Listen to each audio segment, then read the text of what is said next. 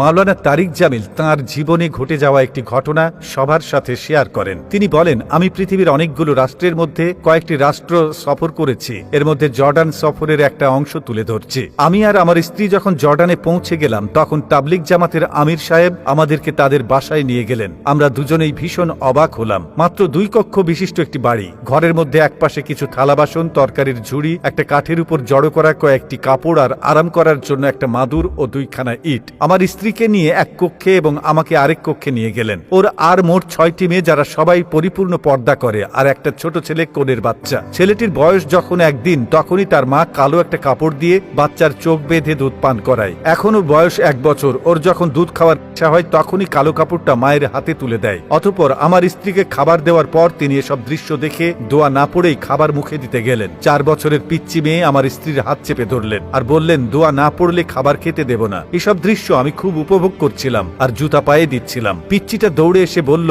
চাচা, আপনি তো বাম পায়ে জুতা আগে পায়ে দিয়েছেন, এখন খুলে আবার ভালো করে দোয়া পড়ে জুতা পায়ে দিন। আমি চিন্তায় বিভোর হয়ে গেলাম। এটা কেমন মা, যার 4 বছরের মেয়ে আমার মতো মাওলানার ভুল ধরিয়ে দেয়? আমি আমির সাহেবের সাথে রাস্তায় বের হয়ে একটা গাড়িতে উঠলাম। ড্রাইভার তাল থাকার কারণে হঠাৎ অ্যাক্সিডেন্ট করে গাড়িটি। আমার চোখের সামনেই আমির সাহেব ইন্তেকাল করেন। সবাই মিলে ধরাধরি করে নিয়ে এলাম। ওনার স্ত্রী এবং কন্যারা দেখে দোয়া পড়লেন। যেখানে আমার ইচ্ছে করছে চিৎকার করে কান্না করতে, সেখানে উনার পরিবারের কারোরই কান্নার আওয়াজ শুনতে পেলাম না। আমার স্ত্রী এসে কিছু টাকা ধরিয়ে দিয়ে বললেন, ভাবি ভাইয়ের দাফনের ব্যবস্থা করতে বলেছে দ্রুত। আমি সবকিছু এনে দেখি আমার স্ত্রী একা একা কান্না করছে। আমাকে দেখেই জড়িয়ে ধরে ভীষণ জোরে জোরে কান্না শুরু করে দিল। আমি তার মুখ চেপে ধরে আওয়াজ বন্ধ করলাম আর বললাম, কি হয়েছে, কাঁদছো কেন?